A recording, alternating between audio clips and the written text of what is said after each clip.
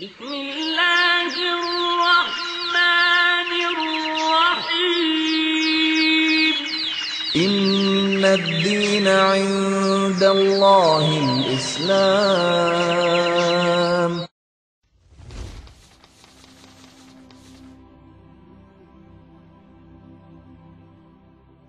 There is nothing from human experience that can let us believe that something came from nothing.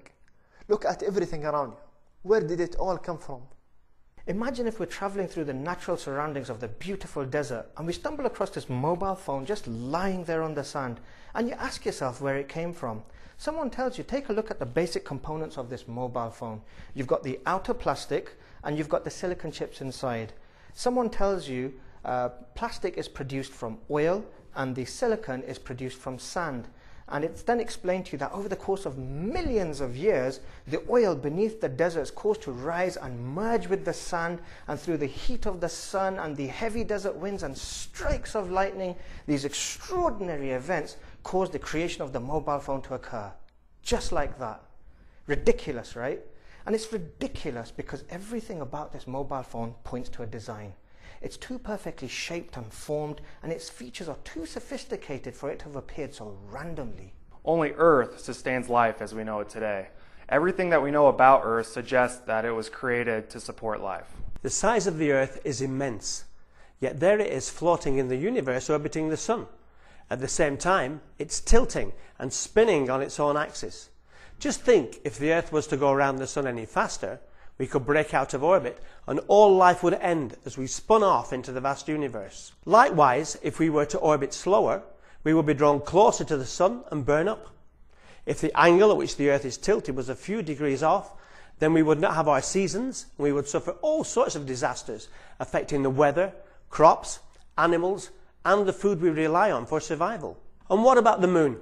Have you noticed how fully it hides the Sun during a solar eclipse, even though it's nowhere near the size of the Sun and it's millions of miles away? Everything is in its place, working in perfect precision. Can you imagine what levels of calculations are required to achieve this level of precision? Just like we're not prepared to accept a mobile phone appearing in the desert through random events, there's no way the whole universe, the galaxies, the stars, its complex systems ordered with such precision occurred through events of randomness or from nothing. And the same can be said about the existence of human beings. And this brings me to something that God says in his final revelation, where he says, "Were they created by nothing? Or were they themselves the creators? Or were they the creators of the heavens and the earth? Nay, but they are sure of nothing." The existence of God is the most plausible explanation and a very rational conclusion from all other ideas. If you force yourself to sit back and think about how we got here and all the things that fit together just perfectly on our planet, it's just very incredible. Just our atmosphere alone, the reason we can breathe is because the nitrogen and the carbon dioxide and the oxygen just fit together perfectly.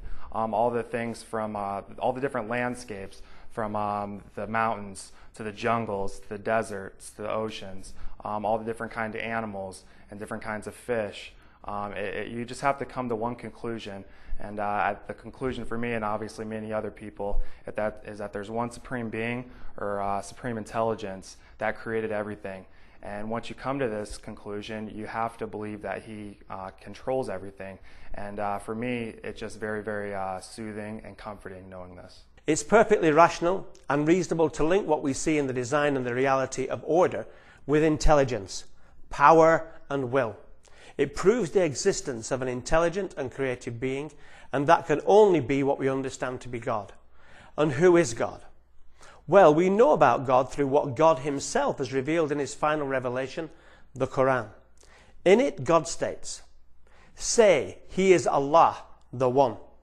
Allah is the self-sufficient master upon whom all depend. He begets not, nor was he begotten, and there is none co-equal or comparable unto him."